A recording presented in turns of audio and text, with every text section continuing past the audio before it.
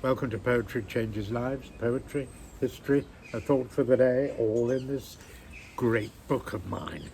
You can get it at the website poetrychangeslives.com.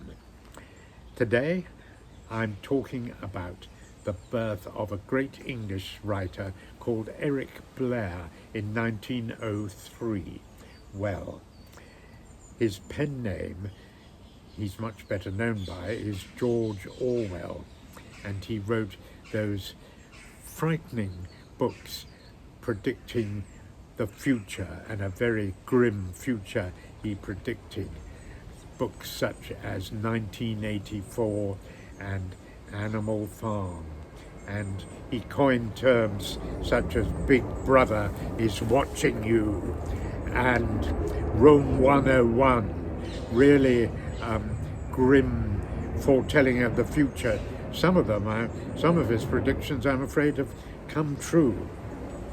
Orwell was an interesting man. He came from a relatively poor family, but won a scholarship to Eton, and he never quite sort of settled, I think, and felt that sense of entitlement and being comfortable among the so-called upper classes that so many Etonians find very easy to acquire.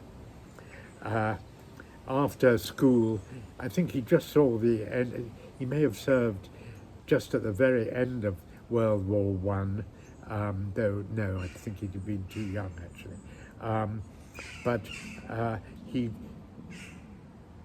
very much championed the cause of the working man and the poor and the dispossessed.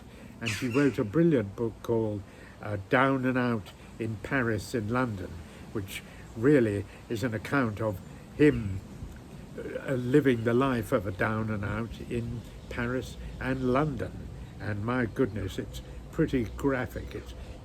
Today it really, it's worth reading. It describes in great clarity, and I think it's a great book to have written.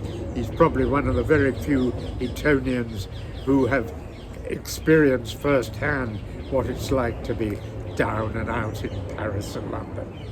I don't know any others who have anyway.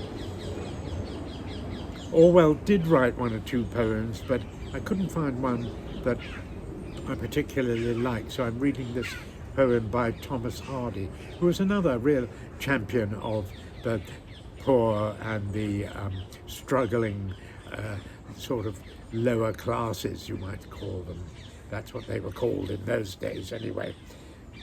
He wrote some brilliant, sympathetic, kind poetry, Thomas Hardy. I love this one, At the Railway Station, Upways. It's a story, as you see, about a child helping a prisoner. Here we are, at the railway station. There is not much that I can do, for I've no money that's quite my own, spoke up the pitying child, a little boy with a violin at the station before the train came in. But I can play my fiddle to you, and a nice one 'tis, and good in tone. The man in the handcuffs smiled. The constable looked, and he smiled too, as the fiddle began to twang, and the man in the handcuffs suddenly sang, with grimful glee, "This life so free is the thing for me." And the constable smiled and said no word, as if unconscious of what he'd heard. And so they went on till the train came in, the convict, the boy with the violin. Today I will remember that there are probably many struggling people around me whom I should try to help. I should remember that. Thanks for listening.